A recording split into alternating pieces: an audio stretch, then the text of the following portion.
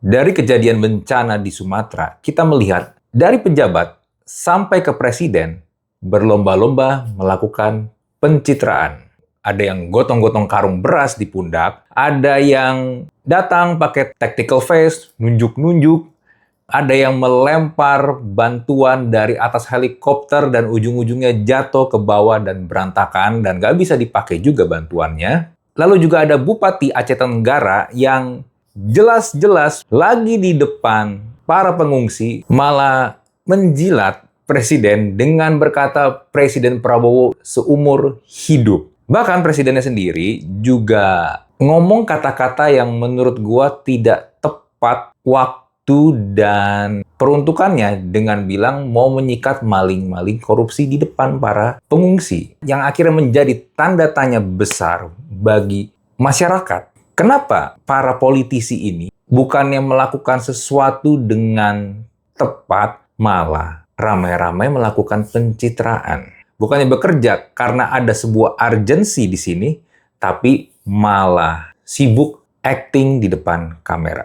Nah, ini ada kaitannya dengan kenapa politisi itu lebih suka menangani bencana daripada berupaya melakukan pencegahan bencana. Nah, mari kita bedah bareng-bareng di episode kali ini.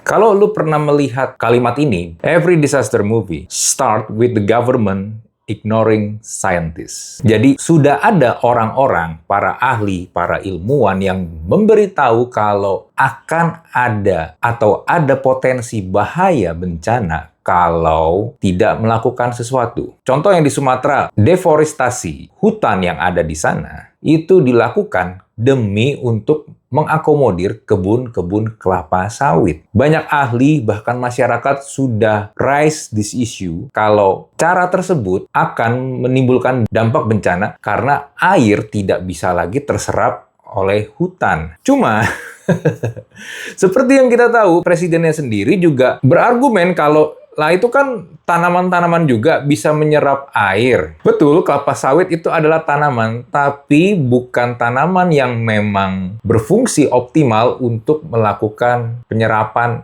air, mencegah longsor, mencegah banjir. Lu coba Google deh, gue bukan ahli di sini, tapi ini kan sebenarnya kan pelajaran SD ya. Lu kalau di SD pun juga diajarkan kenapa kita butuh melakukan reboisasi, penghijauan, menanam kembali, supaya itu tadi mencegah terjadinya tanah longsor, mencegah terjadinya banjir. Karena kalau tidak ada tanaman, tidak ada pohon yang melakukan fungsinya, airnya nggak ada yang membendung. Dan akhirnya seperti yang kita lihat yang terjadi di Sumatera sekarang. Nah, peringatan-peringatan tersebut, of course, bukanlah sesuatu hal yang sifatnya rocket science. Yang lu butuh berpikir melakukan inovasi yang sedemikian rupa. Kayak lu mau nerbangin roket sampai ke ujung Bima Sakti, ujung galaksi ini. Kan enggak. Tapi kenapa tidak dilakukan pencegahan-pencegahan tersebut? Upaya-upayanya kok terlihat ogah-ogahan. Itu semua karena para politisi itu butuh sesuatu yang bisa dilihat oleh orang banyak. Diliput, masuk media. Makanya kenapa di awal gue menyinggung tentang pencitraan para pejabat hingga presiden di kejadian bencana Sumatera ini. Karena para pejabat tersebut butuh itu. Bentar, gue tahu lu pasti marah kalau mendengar alasan tersebut.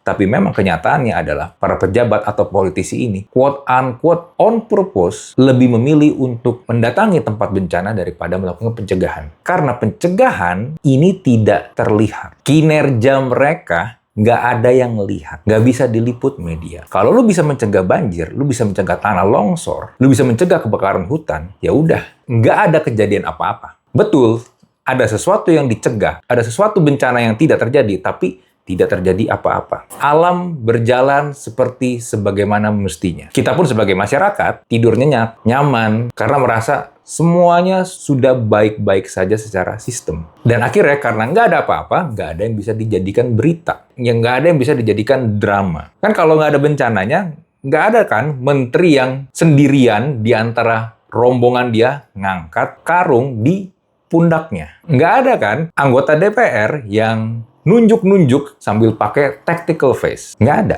Dan nggak ada presiden yang ngomong ke depan para pengungsi bencana akan menyikat koruptor, akan menyikat maling kekayaan negara. Buat para politisi, apalagi di negara kita ini, untuk bisa dipilih, untuk bisa mendapatkan jabatan, itu ada cost politiknya. Ketika mereka udah keluar cost politik ini tentu saja membutuhkan yang namanya return. Gue udah keluar duit sekian, gue pengen ada returnnya dong buat gue. Ya semacam kayak lu keluar duit buat investasi, gue pengen dapatin return dari investasi tersebut. Dan di Indonesia, karena Indonesia ini menggunakan sistem demokrasi, kunci kemenangan dari sistem demokrasi, suka nggak suka adalah popularitas. Kalau lu, politisi, lu, pejabat, mencegah dan lu nggak mendapatkan exposure dari media, karena dengan cara pencegahan lu tersebut membuat semuanya baik-baik saja, of course lu akhirnya nggak kelihatan.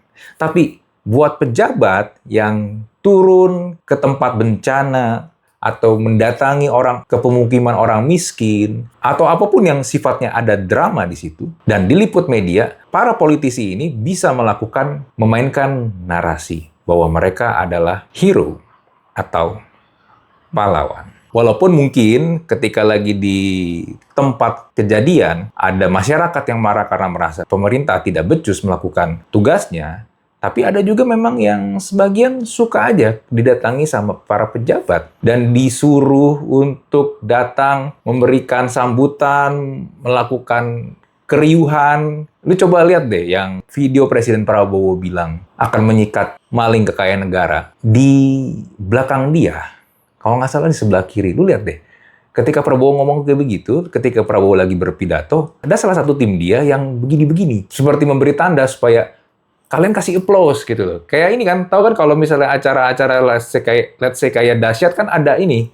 Ada leader untuk para penontonnya. Tepuk tangan. Lu ini yang sana sebelah sini. Coba yang di situ. Nah, kurang lebih kayak gitu. Dan itu semua memang setup. Serius.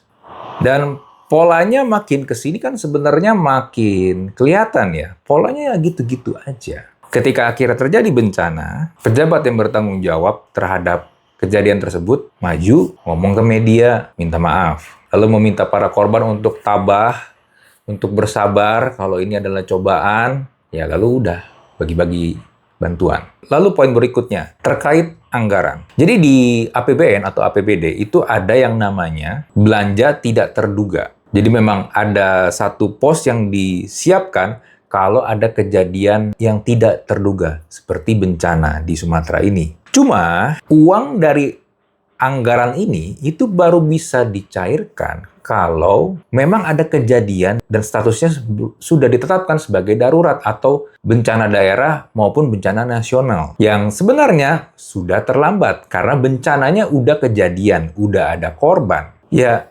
miris, tapi itulah kenyataannya. Sehingga kalau kita melihat pejabat dan politisi seperti itu, ya memang karena sistemnya yang menciptakan untuk seperti itu. Sistemnya lebih bersifat mengobati daripada mencegah. Tapi sayangnya, dengan sistem yang seperti itu, of course, sudah terlambat. Biaya yang dikeluarkan jauh lebih besar, tentu saja, karena harus memperbaiki yang rusak. Korban meninggal, korban luka-luka, korban hilang, pasti akan ada. Tapi, balik lagi, ini semua adalah demi kepentingan politik yang dibungkus dengan demokrasi.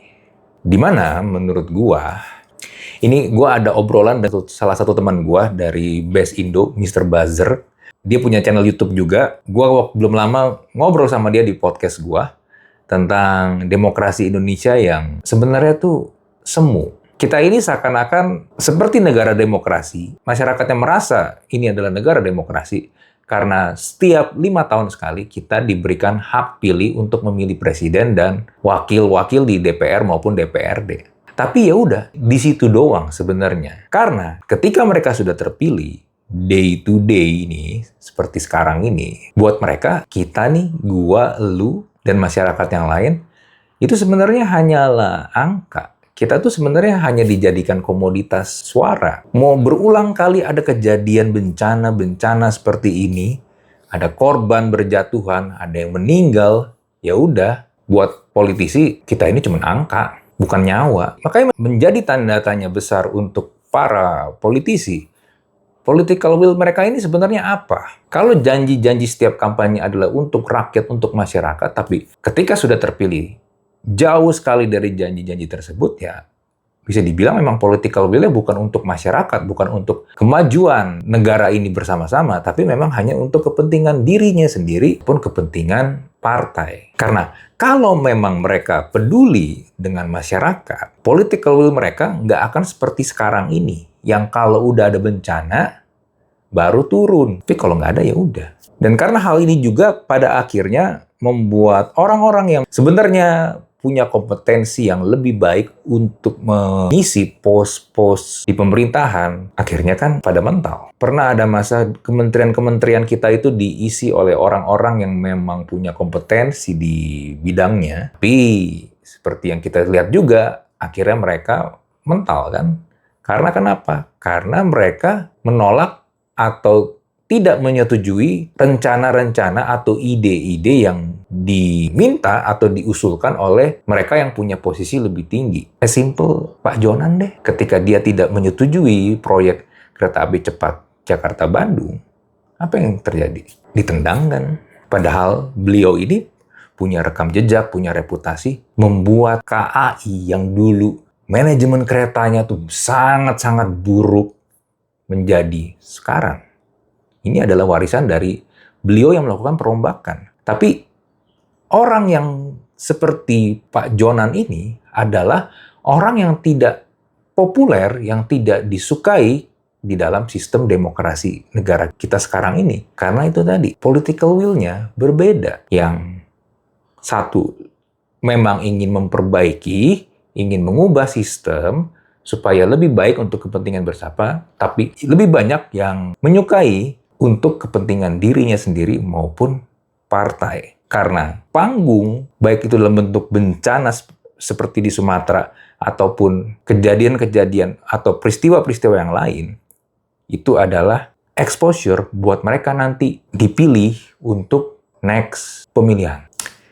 Makanya, kita sebagai masyarakat punya PR, punya tanggung jawab sebenarnya juga dalam memilih orang-orang yang lebih tepat. Jangan gampang terpancing dengan narasi-narasi yang seperti dipakai oleh politisi sekarang ini.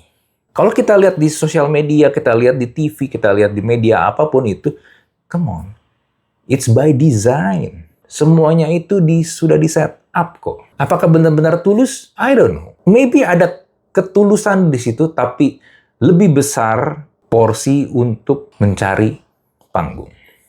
Oke, itu dari gue. Seperti biasa, kalau lu punya pertanyaan atau lu punya opini, silahkan bisa langsung tulis di kolom komen. Kita jumpa lagi di Thinking Room episode berikutnya. Bye.